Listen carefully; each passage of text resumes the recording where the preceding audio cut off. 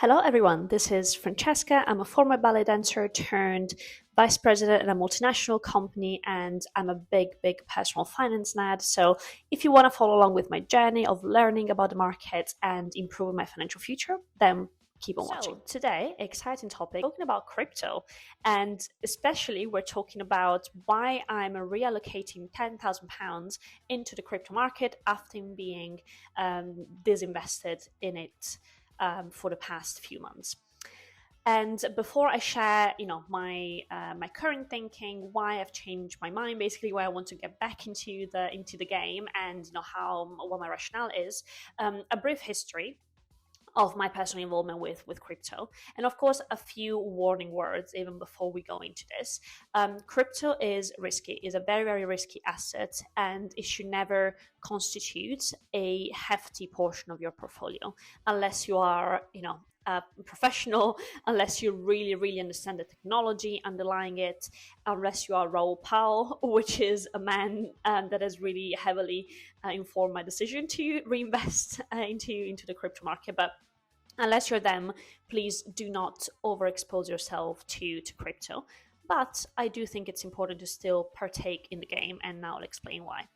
So before that, I used to have crypto, and I first bought Bitcoin in 2020, I want to say. Yes, I remember being at home during COVID, and just buying, I never owned a full a full Bitcoin, of course, I wish. But yeah, so that was the first time that I got into the game, really just to get a sense for it. And then eventually I bought some Ethereum, and I even had some Cardano for a little while. Now, my rationale for this is it was always my fun money, basically. So it never made up more than 3%, I want to say, of my total net worth or my total portfolio allocation. And it was just, a calculated bet. I never did it. I never partook into, meme coins, fart coins, all the Doge coins of the world. But it was just to have, like a bit of a sense for big market swings. I wanted to also see how I would react to an asset going, up 80% and then going down 40% the next day, basically. Risk assessment and exposure to risk and potential upside, but in a sensible way, basically. The way we use it then is to have some money in it, get some profits, and then use those profits and kind of cash them out, and pay holidays with that, which worked out quite well. I think the first time I did it was to go to Marrakesh for a wedding, and so I sold some of those coins that I had to pay for the holiday, which was great. And then I kind of did that again, in the years following. And that's how I got disinvested into it, because the last time I, cashed out on my coins was earlier this year in 2025. I had a couple of holidays coming up, and so I was like, okay, let me do the same that I've always done. And then that was kind of like, because I hadn't really been reinvesting in crypto, especially in the past like year or so, I'd just been taking out money. Eventually, this pot, finishes, and so I just took it all out, paid for part of my holidays with that money, and then I just didn't really think about reinvesting. I had other priorities. I wanted to reinvest into the stock market fast, kind of beefing that up a little bit more. I also needed a little bit more liquidity, so cash holdings. So I just didn't go back into the crypto market. And then what happened?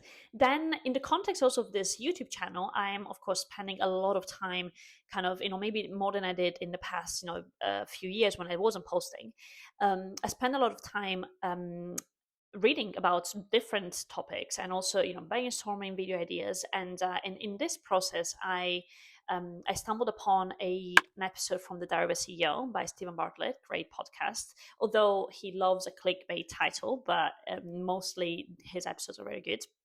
And I stumbled upon this episode that I'd saved for a long time with this crypto expert called Raoul Pal. Never heard of the man, didn't know who he was, and I was just like, okay, the title is extremely clickbaity, so I was very skeptical going into it. Nevertheless, I listened to the 2.5-hour episodes on my Eurostar ride to Paris, and lo and behold, I was captivated. Everything made sense, and I'd never thought about not only crypto, but markets in general and the cyclicality of businesses and ups and downs and what Raoul Pal calls banana zones. I'd never thought about it in that way, and how everything ultimately is linked back to liquidity, and how in essence it's fairly predictable. Now of course no one has a crystal ball, so to an extent, but markets, if you look back to years and years back, decades back, it's always been cyclical. And so this really got me thinking. And bear in mind, Raoul Pal is extremely overexposed, as I mentioned before, to crypto. I think he has everything he owns in crypto, apart from maybe a house or two. But it really made me understand how, in this day and age, especially if you're young, you have to be exposed to crypto in a sensible way, in a responsible way, but you have to be invested in crypto. And so, yeah, this really made me think, okay, I better get back into this game, before it's too late, even though he thinks that, we are really barely scratching the surface when it comes to crypto, and Bitcoin and Ethereum. So it's not too late by any means, but still, if you manage to do that sooner rather than later, that's better. So what I did is I liquidated some of that. I had pretty much £22,000 sitting around in a cash ISA. I decided to take out 10,000 of those, also because I don't really need as much liquidity anymore. I've changed some of the plans that I had when it comes to the next expenses and purchases I'm going to be making, which I'm not going to be making anymore. So I can afford to have a lower cash reserve and actually put that money to work. So as I was mentioning, what Raoul Pal really made me understand is the macro view. So like really taking a macroeconomic lens. We are nearing a peak in traditional economic indicators like the ISM, which is the Institute for Supply Management, which is a survey that is published monthly on data on the health of the economy. So we're nearing a peak there in terms of confidence that often precedes interest rates cuts, and which means increased liquidity as well. So both are signs for bullish crypto market on the horizon, because investors have more money, they're more prone to investing in assets like crypto, basically. And so more people, more adopters will flow into the crypto market. Then the cycle timing, crypto's had a bear market, of course, in the past few years, and we're now seeing early signs of recovery. The Bitcoin halving has passed. Now, what Bitcoin halving is basically every 4 years, the reward given to Bitcoin miners, so people that mine the coins, the tokens, actually gets cut in half. And this reduces the supply of new coins, and historically it's triggered major bull markets within the next 12 to 18 months, and we have already seen this ramp up in 2025 so far. The most recent halving happened in 2024, in April 2024, so it's a big reason why I'm investing now. And finally, again, my own portfolio logic. So this 10K is still less than 10% of my net worth. So it is a calculated risk for, potentially asymmetric upside. And I will actually, I think from now on, dollar cost average my way back into crypto. So now I'm kind of pouring this cash into it. Hopefully I'm not really buying at the peak, we hope, even though of course if you look at Bitcoin, it would have been better to buy a few months ago, but hey, hindsight is 2020.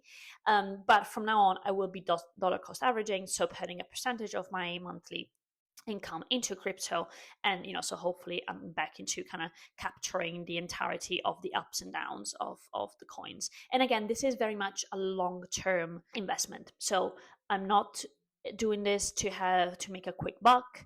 I'm not doing this to get my money out in a month, to go on holiday. This is for the long run. This is going to be now part of my core investment and portfolio allocation strategy.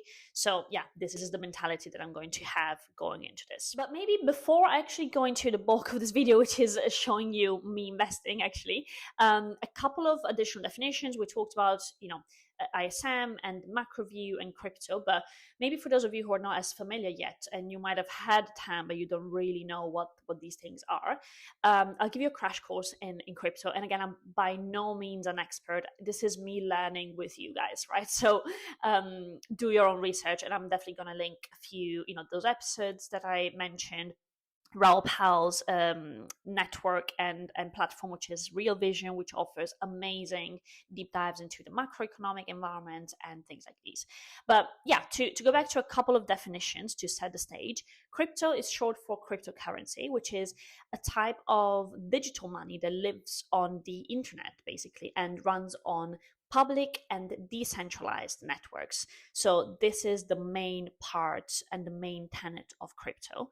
It is that it doesn't rely on centralized banks, and theoretically and arguably, the tenet is that in the future we won't even need banks to make payments and to have our money. Most famous coin and the most famous cryptocurrency is of course Bitcoin, which you will have definitely heard about. So blockchain is the technology that underpins crypto. So crypto runs on this blockchain technology, which is basically a digital ledger. And you can think of it as like a super secure Google Sheet that no one can edit alone and that everyone can see. And it makes the system extremely transparent, tamper-proof also, and again, decentralized, as we were saying before. It takes away the middleman, like an audit firm or the bank or whatever else, which might be tampered with in some way. We talked about the Bitcoin halving, right? So I'm not going to go back into this, but it's the main reason why we have the halving is because, of course, the Bitcoin is a finite good. There's only a limited amount of Bitcoins that will ever exist. And so to kind of like slow down the process of, this Bitcoin resource being exhausted, that's why there is the Bitcoin halving. So the reward given to miners gets cut in half every 4 years, roughly. And then finally, I talked about the ISM before, so this measure for the health of the economy. So once again, it stands for the Institute for Supply Management. It's a survey that gets sent out to main executives at companies really in the world, and it asks them things about their confidence in the markets. And when the ISM peaks, it often means that we're at the top of the economic cycle, and the central banks may soon cut interest rates and add liquidity. And of course, this has to be a great for risk assets like crypto. So this is kind of like, defining a few of the key terms. Now let's actually go into the bulk of it. So my strategy for, where I'm going to split my 10K in this case is I'm going to focus 80% on core, so long-term conviction coins. And that for me means 40% in Bitcoin, which is similar to digital gold. Basically, it's widely seen as a store of value. And then Ethereum, another 40%. And the other ones, I call them satellites, although especially Solana is still in the top 10 biggest coins, so it's not really an altcoin per se. But these two are roughly are more a higher risk, basically, and hopefully higher rewards as well. So I'm going to put 15% on Solana and 5% on Sui, which is a bit of a rogue one, but like 5% is £500, so it's okay. And we'll see how that performs. And again, a caveat, and you'll see that on the platform that I'll be using, which is Kraken. By the way, I decided to go with Kraken as a crypto exchange, is that you have to be prepared to potentially losing everything. So for me, of course, if I lost my 10K, I would be sad. I would be very sad, don't get me wrong, but I wouldn't go bankrupt. I wouldn't be completely like broke. It would be fine. I would recover. And especially because I'm 29, so I'm still young. I have a lot, hopefully, ahead of me. Touch wood, you never know. But yeah, so that's kind of like the rationale. But without further ado, let's actually go into my phone and I will start recording. So we'll go into Kraken and we've identified now. So you can see that I have my 10K. I had randomly moved £20 because when you open the account, you have to put, some money in it. So I just put £20. So that's why you see that. And yes, so at the top here, you'll see that's the disclaimer. So don't invest unless you're prepared to lose all the money you invest, which is what I was saying before. And I definitely recommend taking, those 2 minutes to learn more. I've taken them already, but the banner doesn't go away. But anyways, so as you can see here, at the moment I have the basic Kraken subscription at the moment, so I don't have any of these like Kraken Pro with zero fee trading, etc. It might be convenient for some people. For me at the moment, I'm not planning on day trading. It's more just going to be like a monthly type of transaction that I do. So I'm not interested in that, but we'll see. And I've created a little watch list, right? So as you can see, Bitcoin, Ethereum, Solana, and Sui for now. And so let's trade. I've added my money already in there. So as you can see, activity, I've deposited my £10,000 in GBP. And I will now go to trade. So buy crypto with cash. So just having the one that I have, Bitcoin, and I'm going to be petting, we said 4%, so £4,000 one time. You can also change the frequency. I will be doing that later, I believe, but for now we'll just do a one-time purchase. So buy, it's taking £39.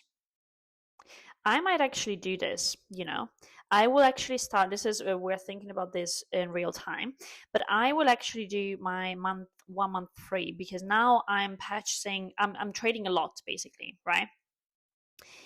And yeah, so I think it makes sense for me, and I might decide later to cancel my my Kraken Pro, but for now I will do the free trial, so at least I'm saving up on consistent and considerable fees. Nice. I think this is actually a good thing that we did, guys. Great. Because that's saving me basically £100 at least. Okay, so now it's free. So I'm saving £40. This is great. And we're buying Bitcoin. I bought £4,000 of Bitcoin. Yay, let's see. See transaction. Perfect. Thanks for choosing Kraken. No worries. Yeah, this is exciting. And then now I will do the same for buy crypto, and I will buy some Ethereum. Once again, £4,000 because that's 4%. Once again, we're saving on the trade, which is great. Perfect. Bought Ethereum. Yeah, let's say it's great. Maybe later we'll do that. And then let's buy the last few ones. So I said Solana, we wanted 15%. Exactly. So confirm Solana trade.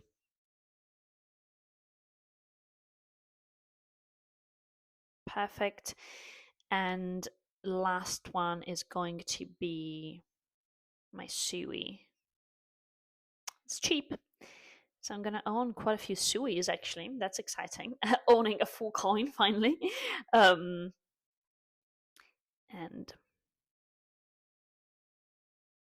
perfect. Nice. So you can see, as you can see, we've now lost a little bit of money off already, but that's because, of course, like the ups and downs of the coins themselves. And I am excited. This is now, kind of like, of course, if you stay here, you can see all the gainers and losers. Honestly, I will stay away from this this view here, because it's very easy to get sucked into narrow coin and nodal and self key and all these other things. I have no idea what these are, and you will get FOMO. Do not give into FOMO. Just stick with the big the big providers, the top 10 coins. You can see which ones these are, and you will be grand. Now, okay, so exactly, so this tells me my asset allocation, and you can see Bitcoin, so they've all lost a little bit basically on their value, but that's okay. We're in here for the long run. As I mentioned, activity, we can see what I've been doing basically, and this is pretty much it. I will now stop. I will stop recording now. As we wrap this video up, the main learnings that I've taken is that you should always invest based on your own conviction. So don't chase the hype, and use a framework. Try and take away the emotions as much as you can from the from the investment, and never invest what you can't afford to lose, of course, especially when it comes to crypto. For me, this is not a quick flip. As I mentioned, this is a multi-year hold. I'm here for the next few cycles, of this, and I'm ready to see this money go down by, I don't know, 50%, 60%. The beauty of investing in coins that are so big and important, let's say, such as Bitcoin, Ethereum, is that it's highly unlikely, we never know, but it's highly unlikely that they will go to zero. I mean, we now have ETFs on Bitcoin, and a potential Ethereum ETF is coming up. So these coins are really becoming too big to lose, basically, and too big to go down. So yeah, this is kind of like my understanding. If you found this helpful, give it a thumbs up, subscribe. I'll be sharing how this goes, how my portfolio performs in the next videos and in the future, and I will continue sharing more of my wealth building journey. So be careful. See you next time. I will be sharing resources in the info box below, and I will see you when I see you. Bye.